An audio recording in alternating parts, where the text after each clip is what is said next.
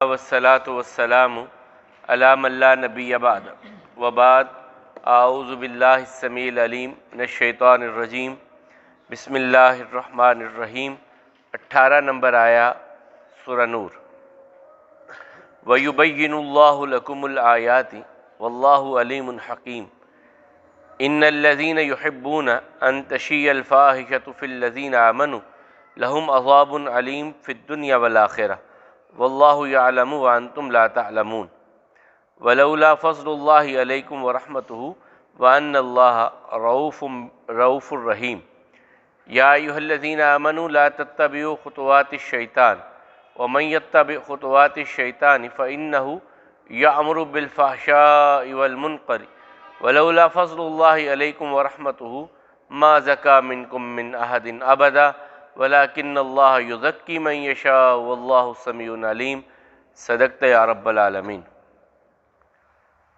اور یبین واضح کرتا ہے اللہ لکم تمہارے لیے الآیات اپنی آیات کو، اپنی نشانیوں کو، واللہ اور اللہ علیم جاننے والا ہے، حکیم حکمت والا ہے۔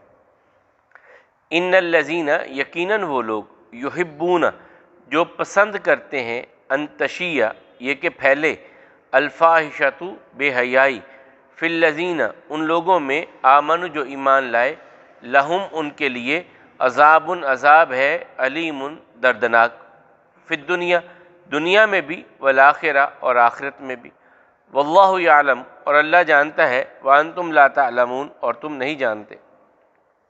ولولا اور اگر نہ ہوتا، فضل اللہ فضل اللہ کا، علیکم تم پر، ورحمتہ اور اس کی رحمت، وان اللہ اور یقیناً اللہ، رؤوف بڑا ہی نرم ہے، رحیم بڑا مہربان ہے۔ یا ایھا الذین آمنوا اے لوگو جو ایمان لائے ہو، لا تتبعوا نہ پیروی کرو تم، خطوات الشیطان شیطان کے قدموں کی، ومن یتبع اور جو کوئی پیروی کرے گا، خطوات الشیطان شیطان کے قدموں کی، فإنہ تو یقیناً وہ، یأمر حکم دیتا ہے، بالفحشاء بے حیائی کا، والمنکر اور رذائل کا یا منکر کا، ولولا اور اگر نہ ہوتا، فضل اللہ علیکم اللہ کا فضل تم پر، ورحمتہ اور اس کی رحمت، ما زکا منکم نہ پاک ہوتا کوئی بھی تم میں سے، من احد ایک بھی، ابدا کبھی بھی، ولیکن اللہ لیکن اللہ، یزکی پاک کرتا ہے، من یشاء جس کو چاہتا ہے، واللہ سمیع علیم اور اللہ سننے والا جاننے والا ہے۔ کل ہم نے پڑھا تھا، اللہ تعالیٰ فرماتے ہیں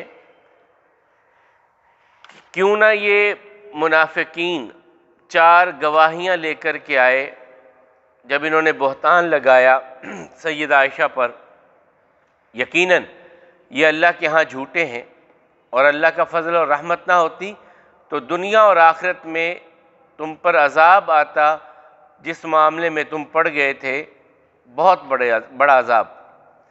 جب تمہاری زبانیں وہ کچھ لے کر کے آ رہی تھیں اور تمہارے منہ وہ کچھ کہہ رہے تھے جس کا تم کو علم نہیں تھا، اور تم اسے بڑا ہلکا اور عام خیال کرتے تھے، اللہ کے ہاں وہ بہت بڑا معاملہ تھا۔ کیوں نہیں سنا جب تم نے، اور اس وقت تم نے کہا کہ ہمارے لائق نہیں ہے کہ ہم اس بارے میں کلام کریں، اے اللہ تو پاک ہے۔ یہ تو ایک واضح اور بہت بڑا جھوٹ ہے۔ اللہ تمہیں نصیحت کرتا ہے کہ دوبارہ کبھی ایسے معاملے میں دوبارہ لوٹ جاؤ، دوبارہ پلٹو، یا دوبارہ کسی ایسے معاملے میں چلے جاؤ۔ اللہ تمہیں اس کی نصیحت کرتا ہے اگر تم ایمان والے ہو۔ پھر فرمایا وَيُبَيِّنُ اللَّهُ لَكُمْ واضح کرتا ہے، کھول کر کے بیان کرتا ہے۔ بیان جو ہے جس کہتے ہیں بات اس طرح کی جانا کہ سننے والے کو سمجھ آ جائے۔ بیان اس تقریر اس واعظ کو کہتے ہیں جو اگلے بندے کی ذہنی صلاحیت کو سمجھتے ہوئے کہا جائے اور سننے والے کو بات سمجھ آ جائے، اس کو بیان کہا جاتا ہے۔ تو اسی سے ہے وَيُبَيِّنُ اللَّهُ اللہ تعالیٰ واضح کر کے، اسی لیے قرآن کریم میں مثالیں اللہ تعالیٰ نے جو بیان کی ہیں وہ انسانی سطح تک کے لیے، جس طرح کے لوگ تھے ان کے سامنے ویسی مثالیں بیان کی، تاکہ جو سننے والے ہیں قرآن کریم انہیں اس بات کی سمجھ آ جائے کہ ہم سے کیا کہا جا رہا ہے۔ اگر بات ایسی ہو کہ کسی کی سمجھ، جس طرح آج بھی ہمارے ہاں بہت سارے لوگ ایسا کہتے ہیں کہ قرآن کریم کو پڑھنے کے لیے، سیکھنے کے لیے ایسے ہی ترجمہ نہیں پڑھ لینا چاہیے، اس کے لیے پتہ نہیں کوئی 9 علوم کہتا ہے، کوئی 7 علوم کہتے ہیں، کوئی اس سے بھی آگے لے جاتے ہیں، اتنے علم آئیں تو پھر قرآن کو پڑھنا چاہیے۔ حالانکہ اللہ تعالیٰ کہتے ہیں میں نے تو بڑا آسان، وَلَقَدْ يَسَّرْنَا الْقُرْآنَ لِلذِّكْرِ فَهَلْ مِن مُدَّكِرٍ، ہم نے تو نصیحت کے لیے بڑا آسان قرآن کو اتارا ہے، جو اس سے نصیحت حاصل کرنا چاہیں۔ اللہ تعالیٰ کہتے ہیں آسان ہے اور ہم کہہ دیتے ہیں مشکل ہے۔ تو یہاں بھی اللہ تعالیٰ کہتے ہیں وَيُبَيِّنُ اللَّهُ لَكُمُ الْآيَاتِ، اللہ نے اپنی آیات تمہارے لیے بڑی واضح کر دی ہیں، بڑی روشن کر دی ہیں۔ واللہ علیم حکیم، اور اللہ تعالیٰ جاننے والے بھی ہیں، علم والے بھی ہیں اور حکمت والے بھی ہیں۔ ان الذین یحبون ان تشیع الفاحشۃ فی الذین آمنوا لہم عذاب علیم، یقیناً وہ لوگ جو یہ پسند کرتے ہیں کہ ایمان والوں کے اندر فحاشی پھیلے، دنیا میں فحاشی پھیلے، جو یہ چاہتے ہیں، لہم عذاب علیم فی الدنیا والآخرہ، ان کے لیے دنیا اور آخرت میں دردناک عذاب ہے جو ایمان والوں کے درمیان فحاشی کو پھیلاتے ہیں۔ اسی لیے تو فحاشی تو بہت آگے کی بات ہے نا، رسول اللہ صلی اللہ علیہ وسلم نے منع کر دیا کہ اگر اپنی زبان کو حرکت دینی ہے تو اچھی بات کہنا، ورنہ اپنے منہ کو بند رکھو، اپنے لبوں کو کھولو نہیں، اگر کھولنا ہی ہے تو اچھی بات کہنے کے لیے کھولنا، ورنہ اس منہ کو بند رکھو۔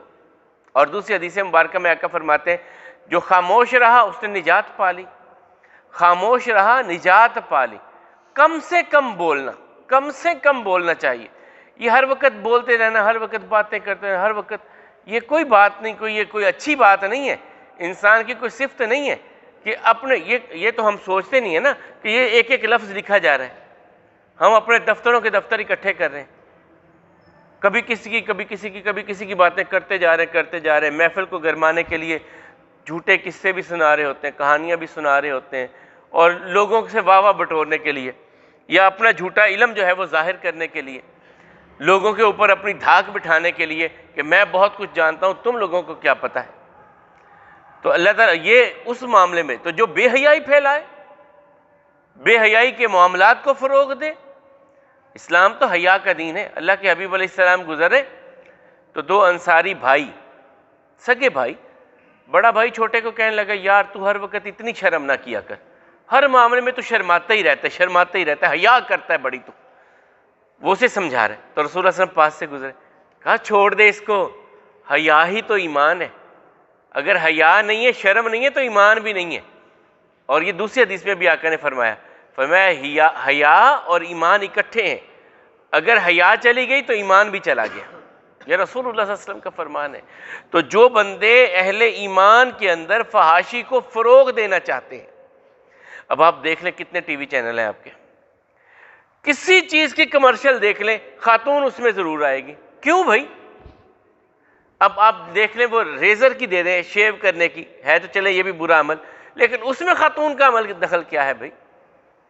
ایک گاڑی یا بائک کی ہے، اس میں خاتون کا عمل دخل کیا ہے؟ وہ سگریٹ کی کمرشل دے رہے ہیں، اس میں خاتون کا عمل دخل کیا ہے؟ یعنی ہر جگہ پہ اس چیز کو جو گھر میں رہنے والی تھی، جسے یہ کہا گیا تھا کہ اس کی نماز اپنے گھر کے اس کمرے میں بہتر ہے، جو پچھلا کمرہ ہے اس میں اس کی نماز بہتر ہے، اسے لا کر کے بازار ہی نہیں، اسے وہ لباس پہنا کر کے جو لباس مرد کے لیے بھی شاید اتنا اچھا نہیں ہے، وہ عورت کو پہنا کر کے اسے دنیا کے سامنے کھڑا کر دیا گیا۔ یہ کمرشلزم ہے، کمرشلزم۔ وہ کہتے کسی کوئی آپ نے چیز 100 روپے کی چیز بیچنی ہے، آپ اس پر 50 60 70 روپے اس کی پبلسٹی پہ لگا دیں، وہ آپ کی 200 کی بک جائے گی، 100 کی چیز آپ کی ڈبل ہو جائے گی۔ پبلسٹی اتنی کر دیں، اتنی پبلسٹی کر دیں کہ لوگوں کی زبانوں پہ آ جائے وہ چیز، اس میں ہے کیا کیا نہیں ہے، فائدہ ہے نقصان ہے، وہ کوئی بھی نہیں دیکھے گا۔ اور اس میں کمرشلزم میں، کیپٹلزم نے، سرمایہ دارانہ نظام نے بیڑا غرق کیا، عورت کو اٹھا کر کے لے آئے۔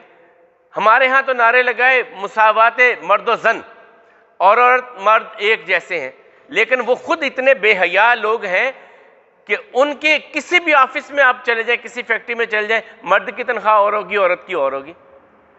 انہیں اصل میں ایک سیلاب آیا ان لوگوں کے پاس، اور ان کے پاس لیبر نہیں تھی، وہ وہاں سے اٹھا کے افریقہ سے اٹھا کر کے لوگوں کو بیچتے رہے، پھر جب بھی لیبر ان کی پوری نہیں ہوئی انہوں نے عورتوں کو گھروں سے نکالا کہ ان کو کام پہ لگاؤ، اور عورت کے ذہن میں یہ میٹھا زہر دے دیا کہ تم بھی برابری کر سکتی ہو اس کی، حالانکہ اسلام نے عورت کو اتنی عزت دی ہے کہ تو گھر میں بیٹھ، تیرا بندہ جائے خامد جائے جا کر کے دھوپ میں جلے، وہ چولہے کے آگے جلے، وہ کچھ کام کرے، وہ محنت کر کے لا کر کے تجھے کھلائے گا، تیری ذمہ داری نہیں ہے کہ تو بازاروں میں بھٹکتی پھرے، تو گھر میں بیٹھ کر کے راج کر اس گھر میں۔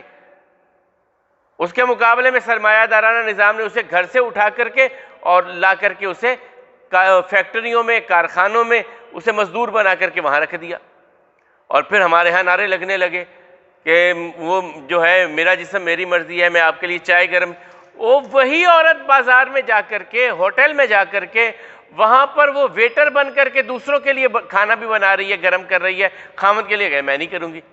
یہ عجیب ایک طرفہ تماشا بنا دیا گیا ہے۔ بہرحال اللہ تعالیٰ کہتے ہیں ان الذین یحبون ان تشیء الفاحشۃ فی الذین آمنوا لہم عذاب علیم فی الدنیا والآخرہ، جو فحاشی پھیلانا چاہتے ہیں اہل ایمان کے درمیان اور وہ پسند کرتے ہیں کہ مسلمانوں کے درمیان فحاشی پھیلے، اللہ تعالیٰ فرماتے ہیں ان کے لیے دنیا اور آخرت میں میں نے دردناک عذاب رکھا ہے۔ پھر اسی لیے نا آپ کسی بھی چلے جائیں بڑے بڑے میڈیا چینلز کے مالکان، رات کو نیند نہیں آتی، اتنی گولیاں کھا کے نیند کی پھر سوتے ہیں بیچارے، کیا کیا کچھ کرتے ہیں اس کے لیے۔ واللہ یعلم وانتم لا تعلمون، اللہ جانتے ہیں تم نہیں جانتے، اس حقیقت کو، اس معاملے کو تم نہیں جانتے۔ ولولا فضل اللہ علیکم ورحمتہ، اور اگر اللہ کا فضل اور اس کی رحمت نہ ہوتی تو یہ معاملے تمہارے سامنے ابھی کے ابھی آ جاتے۔ وان اللہ رؤوف الرحیم، اللہ تو بڑا ہی نرمی والا اور بڑا مہربان ہے۔ یا ایھا الذین آمنوا لا تتبعوا خطوات الشیطان، اہل ایمان شیطان کے قدموں کی پیروی تم نے نہیں کرنی۔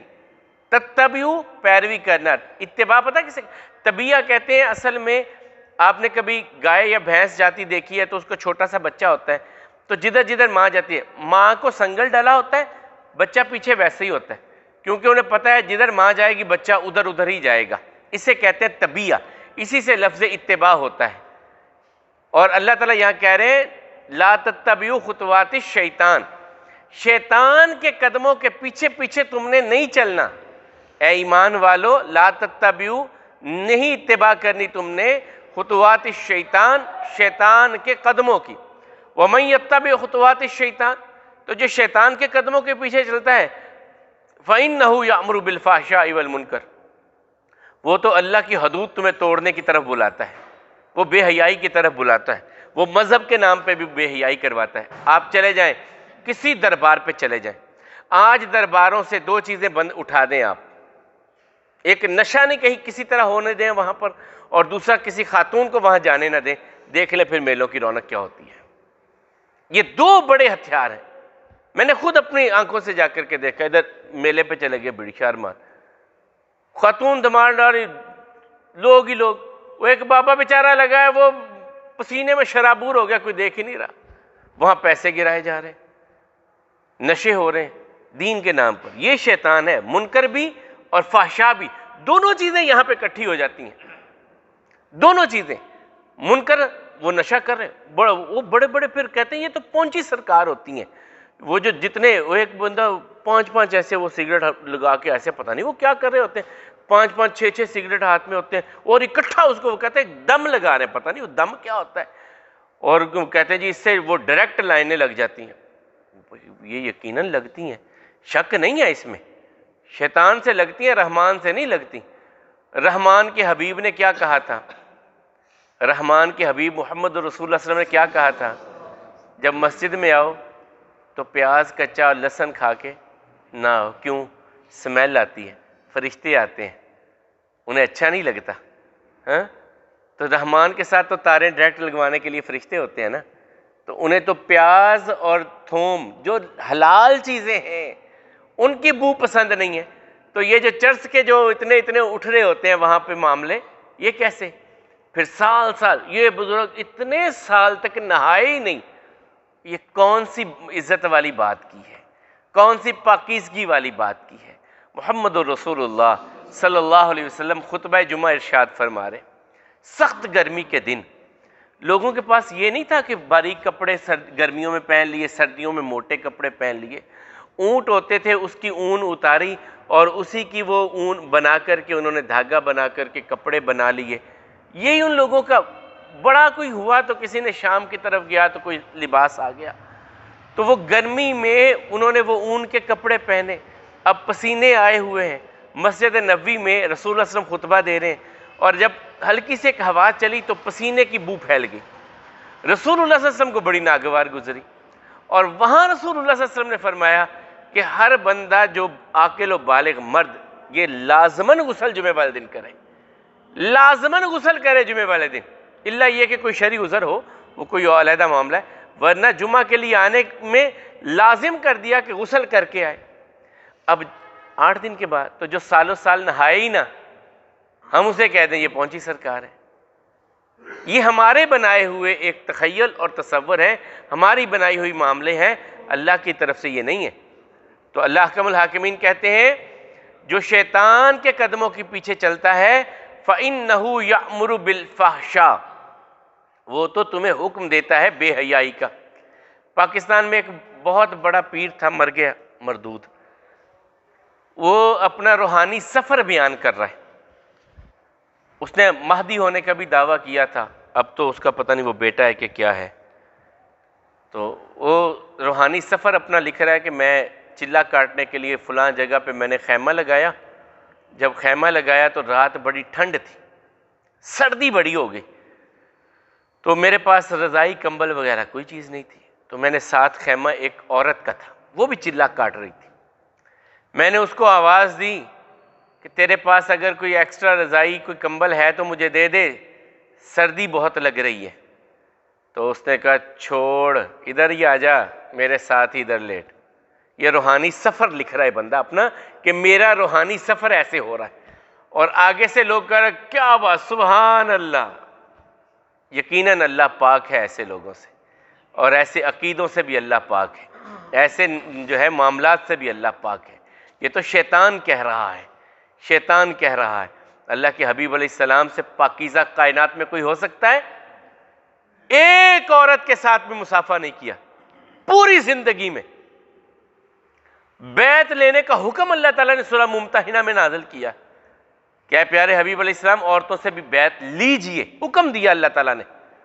رسول اللہ صلی اللہ علیہ وسلم نے بیعت لی عورتوں سے، لیکن سامنے بیٹھی ہیں، پردے میں بیٹھی ہیں، کہا اس چیز کی بیعت، اس چیز کی، اس چیز کی، اس چیز کی، اس چیز کی، یہ کام نہیں کرو گی، یہ نہیں کرو گی، یہ نہیں کرو گی، یہ نہیں کرو گی، اور یہ کرو گی، یہ کرو گی، یہ کرو گی، مانتی ہو؟ انہوں نے کہا جی اقرار کرتی ہیں۔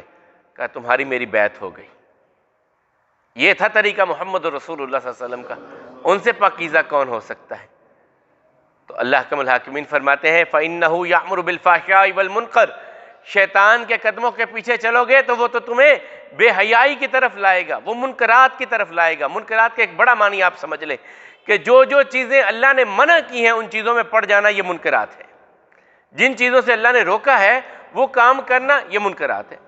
وَلَوْلَا فَضْلُ اللَّهِ عَلَيْكُمْ وَرَحْمَتُهُ، اور اگر اللہ کا فضل اور اس کی رحمت نہ ہوتی تو تم یہاں بچتے نہ۔ مَا زَكَىٰ مِنْكُمْ مِنْ أَحَدٍ أَبَدًا، تم میں سے ایک بھی پاکیزہ زندگی نہیں گزار سکتا تھا کبھی بھی۔ یہ اللہ کا فضل اور اللہ کی رحمت ہے کہ اللہ نے تمہیں پاکیزگی کی توفیق عطا فرمائی ہے، تمہاری نظروں میں طہارت ہے، دل میں پاکیزگی ہے، خیالات میں اللہ تعالیٰ نے اپنی توحید عطا کر دی ہے، تو یہ اللہ کا فضل ہے تم پر اور اس کی رحمت ہے۔ وَلَٰكِنَّ اللَّهُ يُزَكِّي مَن يَشَاءُ، اللہ جس کو چاہتا ہے پاک کرتا ہے۔ یہ ہر ایک کے لیے نہیں ہے، یہ نعمتیں خاص خاص کے لیے ہوتی ہیں۔ یہ جھولی بامراد لوگ جو ہیں ان کی جھولیوں میں یہ گوہر جو آتے ہیں وہ بڑے خاص لوگ ہوتے ہیں جنہیں اللہ توحید کی معرفت عطا کر دیتے ہیں۔ وہ بڑے خاص لوگ ہوتے ہیں جنہیں اللہ تعالیٰ اپنی راہوں پہ چلنے کی توفیق دے دیتے ہیں، وہ عام نہیں ہوتے، وہ بہت خاص لوگ ہوتے ہیں۔ اللہ ہم سب کو ان میں شامل فرمائے۔ واللہ سمیع علیم، اللہ ہر حال میں سننے والے جاننے والے ہیں۔ یقیناً اللہ نے اپنی باتیں تمہارے لیے واضح کر دیں، اللہ تعالیٰ جاننے والے حکمت والے ہیں۔ یقیناً وہ لوگ جو پسند کرتے ہیں کہ ایمان والوں میں فحاشی پھیلے ان کے لیے دنیا میں بھی عذاب ہے اور آخرت کا عذاب بھی ہے۔ اللہ تعالیٰ جانتے ہیں اور تم نہیں جانتے۔ اللہ کا فضل اور رحمت ہے تم پر، اور یقیناً اللہ تعالیٰ بڑے ہی نرمی والے اور مہربان ہیں۔ اہل ایمان، شیطان کے قدموں کے پیچھے نہ چلو۔ جو بھی شیطان کے قدموں کے پیچھے چلے گا تو شیطان تو اسے برائی اور بے حیائی کی طرف لے کر کے جائے گا، اور اگر اللہ کا فضل اور رحمت تم پر نہ ہوتی تو تم میں سے کوئی ایک کبھی بھی پاک نہ ہوتا، لیکن اللہ جس کو چاہتا ہے پاک کرتا ہے، اور اللہ سننے والے جاننے والے ہیں۔